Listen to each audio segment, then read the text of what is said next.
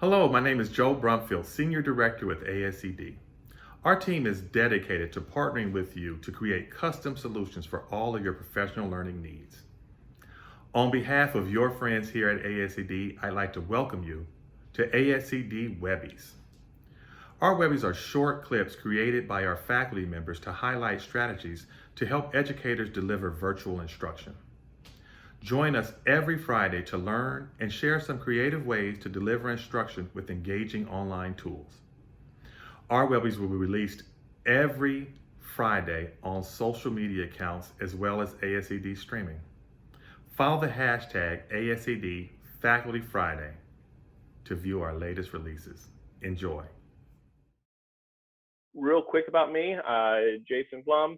I went to University of Florida for my undergrad and my master's. I have been a teacher, a school leader. I'm still a school leader. Also been a teacher leader, ASCD faculty. I serve for QED Foundation, which is an education foundation. So I've been in education for over 20 years, ASCD Emerging Leader 2010. Representing and yeah, serving on the EL ASCD board as well. So excited to have you here and excited to dive into this topic. And we're going to be talking about Homebound SEL. And this is part one of a two-part series.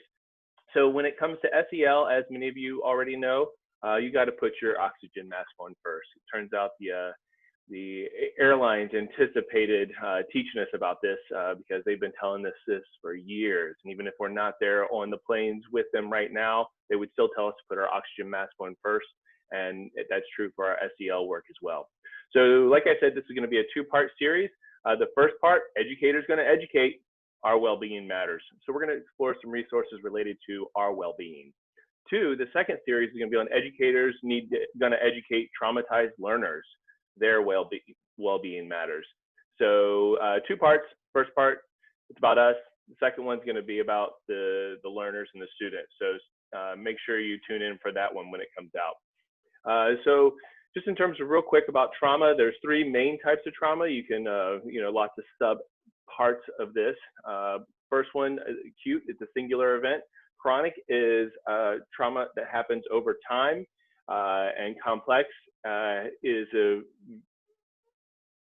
mix of types of trauma, from chronic to acute to things that might happen, some variability within there. I would argue that right now we are at the beginning stages of a chronic traumatizing event, which is why we have our crisis schooling model that we're currently in. This is taken from the American Institutes for Research, and we're going to look at some of their resources here in a few. But just real basically, our responses to trauma, and this is for adults and students alike. This is actually from an Educator assessment tool. But in these different domains, the emotional, behavioral, physical, and cognitive, there can be various ways that our trauma is expressed in how we respond to the world. I know that's certainly been true in our household and with families that we work with. And I imagine it's been true for you, your family, and the people that are in your network and that you're working with, especially children who don't have the wherewithal to understand what's going on. Some resilience factors, again, from the American Institutes for Research, have to do with some of these parts and pieces that you can look at and see, oh yeah, when things are going normal, I have these systems in place without even having to think so much about them.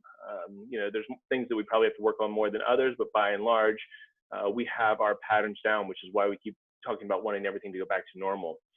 These are some of the things that we've kind of lost. Sense of control, social support. We're not leaving our homes, so we don't have those that connective tissue with our colleagues and our students.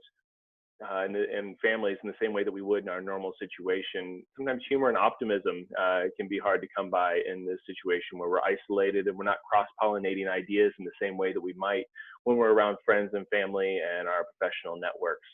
And then positive thinking can also be tried at this time. So the things that we're going to explore, Great Teacher and Leader COVID-19 resource page is a fantastic resource page for educators, district leaders, state leaders. We're going to take a peek into that. We're going to look at their educator context and stress tool, teacher self-assessment form and tool, a couple of CASEL resources. We're just going to do a real basic graze through those. Then we're going to look at a couple of options for just our own personal self-care, things that we can do. With that in mind, let's head over to the resources because we are blazing through our time. So this is the GTL Center Insights. This is a Center on Great Teachers and Leaders. It's the American Institutes for Research.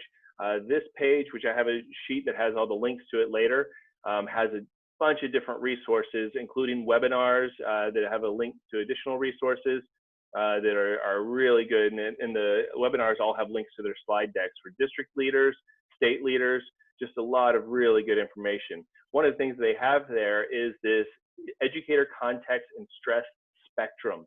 And this can help you better understand where you fall on are you an educator who has a lot of experience doing distant crisis learning?